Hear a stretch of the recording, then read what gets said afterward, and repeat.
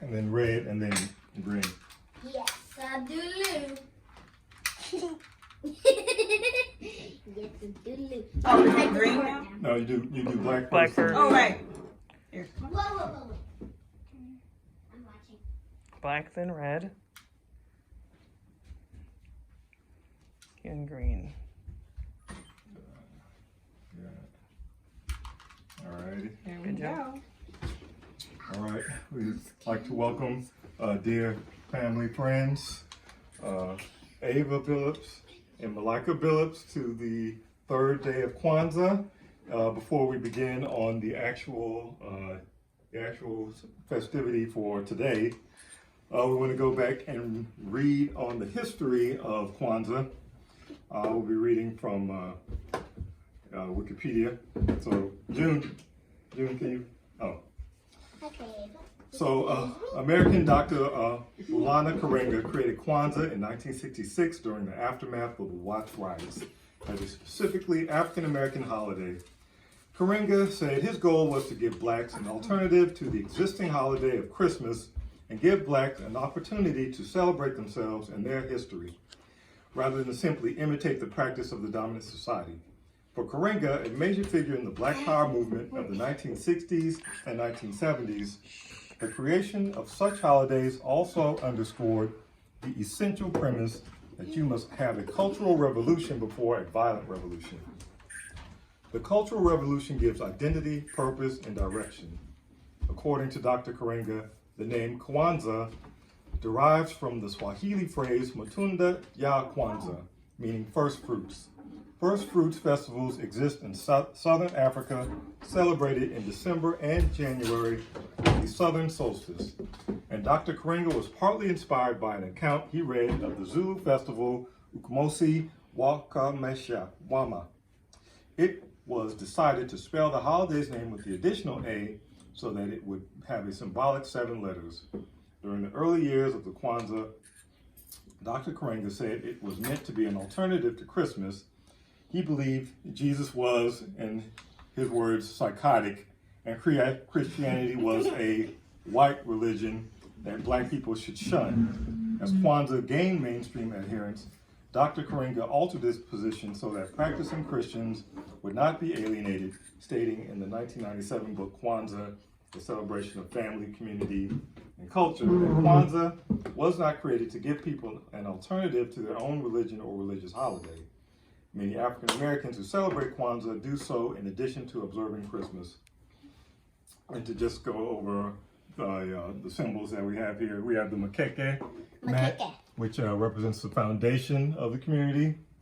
We have the kanari, which is a candle holder, and it supports the nguzo saba. Then we have the corn. Whatever. Oh, I'll get to that, Jim. We have the nguzo saba, which represents the 7 principles of Kwanzaa. We have red, which, and by the way, the colors are influenced by the Pan-African flag, which was founded by Marcus Garvey, officially adopted in 1920. Red representing the struggle of the African Americans in America and the struggle for liberation. Black represents the people, and green represents the promise of prosperity for all of our efforts. Our lands. Then we have the muhindi, which are the 2 ears of corn, one representing our child, June, and then one representing the children of the community. We have the kukumbe de umoja, which is the water that we drink in remembrance of our ancestors. Towards the end of the ceremony, we pour out a spill for the ancestors, and then we all drink, but you don't have to drink from it, to show solidarity with the ancestors. And then we have the basket of fruit and vegetables to also represent the fruitful prosperity of our efforts during the struggle. And then we also have a gift here, wakazi, I believe it's which is a gift for June that is related to African American interests or African interests. And then we also have just books here in general just to further drive that point home. So now we will start by saying Habari Gani. And a black Habari saying. Gani. Oh, we have a black Black Santa just Yeah. can't have a Black Santa. So Habari Gani. Habari Gani. Habari. What is Ujima? Collective work and responsibility. We work together to solve problems. For example, after a neighbor's home burns down, your community chips in to provide lodging, clothes, and food to the family. All right. So for this principle, Ujima, we decided to have an excerpt on Harriet Tubman read. And if Malika, if you would read that passage. Shall I read the whole thing? Yeah. Okay, one of nine. Harriet Tubman, 1822 to 1913. Abolitionist, nurse, scout, spy. Girls, be careful. June, you're supposed to be. One of 9 children, Harriet was born into slavery under the name Arminta Harriet Ross.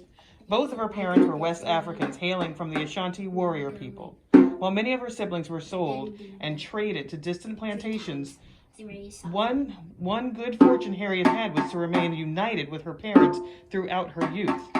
When she was 15, Harriet was accidentally hit in the head with an iron weight and fell into a coma for 3 days. Her brain injury resulted in narcolepsy, a permanent disorder that caused her to fall asleep at random times. Fearing her slave owner would eventually discover her injury, she decided to run away to avoid the risk of being sold or traded. After escaping to freedom in 1849, Harriet could have stayed in the North, but now that she knew it was possible to escape, she wanted to return for her family and anyone else she could rescue. Over the course of 11 years, she returned to the South 19 times and led more than 300 men, women, and children to freedom and safety via a secret system called the Underground Railroad. Known as a conductor, Harriet never lost a passenger on her journeys.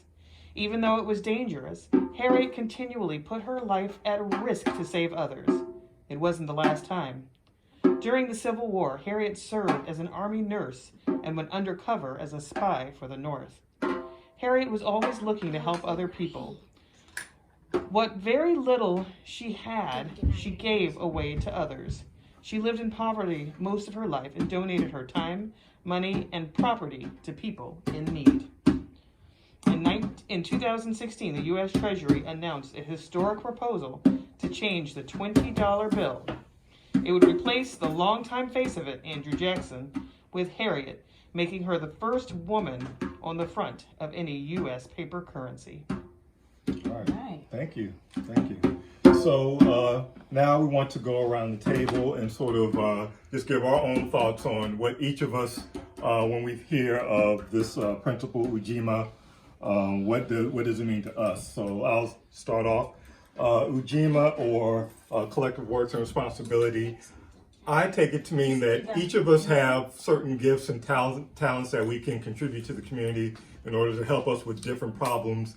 And we should not only just celebrate it, but we should put our talents to work so that all of us benefit, not just us, not just our family, but the whole community. So, Jennifer? Okay, I'll read out of mine. This is one of my favorite daily meditation. Use it for like a spell wand thingy. Yeah, you're always touching You're supposed to be playing. You can use your hands. But anyway, so collective work and responsibility. No matter what accomplishment you make, somebody helps you. Alicia Gibson. Whatever any of us achieves, we have to credit the many people who helped us in our development. Parents, grandparents, siblings, teachers, mentors, friends, and coaches. Beyond those, we must give thanks to the courageous African Americans who lived before us, who put their lives on the line, and yes, lost them too, so that we could be free today. Let's be proud of our accomplishments. We work hard and deserve our recognition. Let us also remember that we might not have been able to affect them had others left the struggle to us.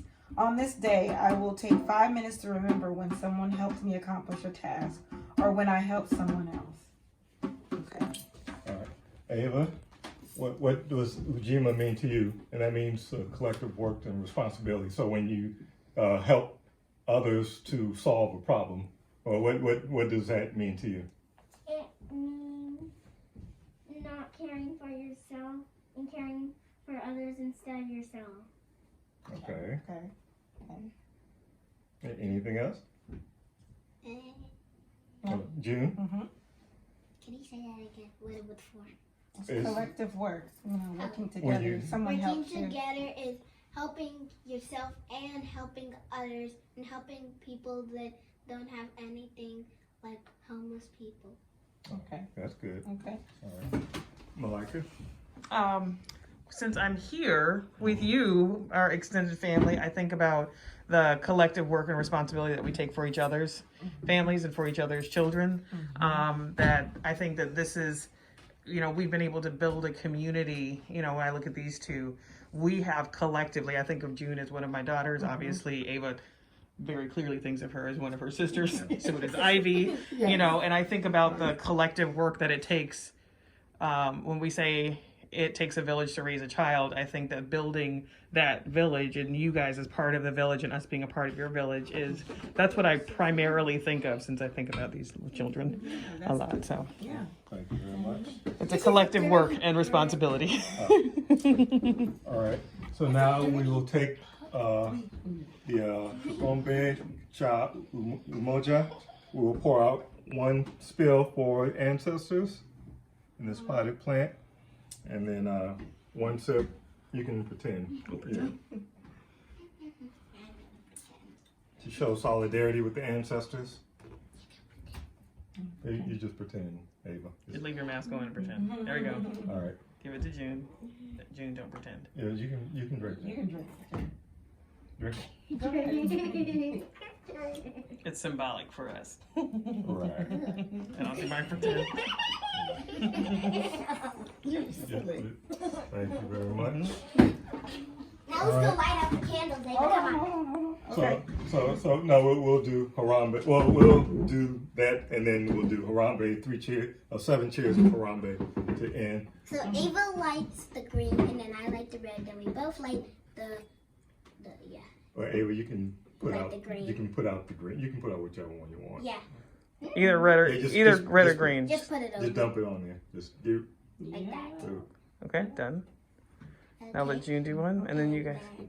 And you can both do the middle. Oh. Let's do the middle. Hold this. Oh, very nice. All right, you put it down. All right, so now we will end today's festivities with 7 cheers of Harambe, which is Swahili phrase for celebration. Okay. All right, 1, 2, 3. Harambe! Harambe! Harambe! Harambe! Harambe! Harambe! Harambe! Excellent!